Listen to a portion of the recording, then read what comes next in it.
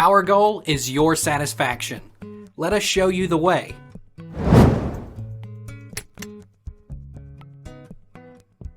Which flour is best for thickening? The best flour to use as a thickener is all-purpose flour because it's higher in starch than other wheat flours.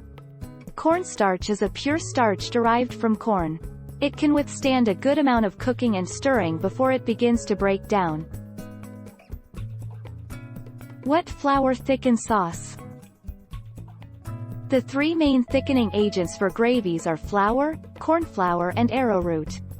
The first two are normally used in savory dishes while arrowroot tends to be used in sweet dishes. That said, arrowroot will work in a savory dish as it has no flavor.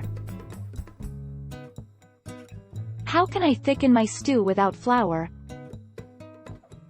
Peel a potato. Chop it up. Put it in a blender with half a cup of water and blitz until it has formed a smooth liquid.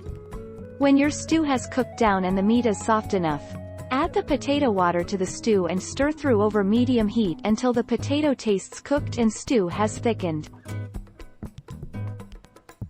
How can I thicken sauce without flour?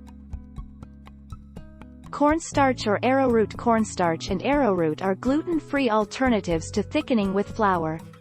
They'll also keep your sauce clear and cloud-free. You'll need about 1 tablespoon for every cup of liquid in the recipe. Mix the cornstarch with equal parts water to create a slurry and pour it into the pot. Can you thicken a stew with plain flour? The flour helps to thicken a stew as it cooks. Whisk a teaspoon of flour in a little cold water to make a slurry, then stir into the stew as it's cooking. Don't add dry flour directly to the stew as it may clump. Only add 1 teaspoon at a time, bringing to the boil before adding more.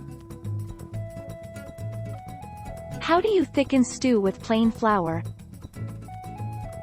The flour helps to thicken a stew as it cooks. Whisk a teaspoon of flour in a little cold water to make a slurry, then stir into the stew as it's cooking. Don't add dry flour directly to the stew as it may clump. After adding the slurry, bring the stew to boil. Take our lead. Let's help you make your mark.